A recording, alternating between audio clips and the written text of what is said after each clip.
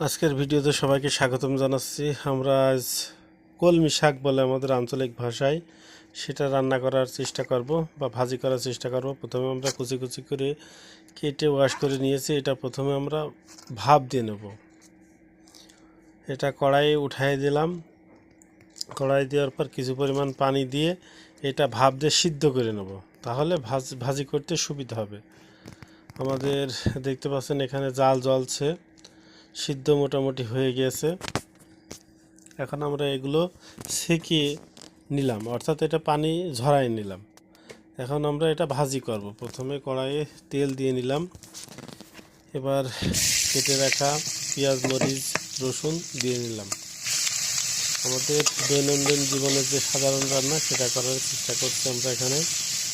আপনারা দেখতে পাচ্ছেন যে আমাদের মাটির চুলায় কিন্তু আমরা রান্না শুরু করে দিয়েছি। কিছু পরিমাণ জিরা দিয়ে নিলাম।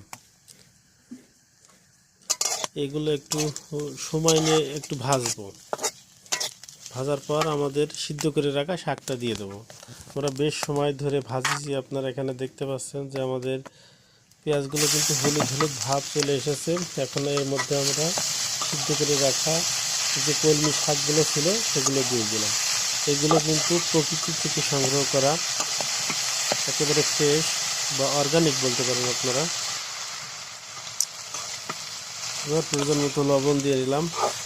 ভাজি করতে আর বেশি সময় লাগবে না, কারণ শাকটা সিদ্ধ করা রয়েছে, মশলাগুলো ভাজা রয়েছে। দেখতে পাচ্ছেন যে আমাদের রান্না শেষ পর্যায়ে চলে এসেছে।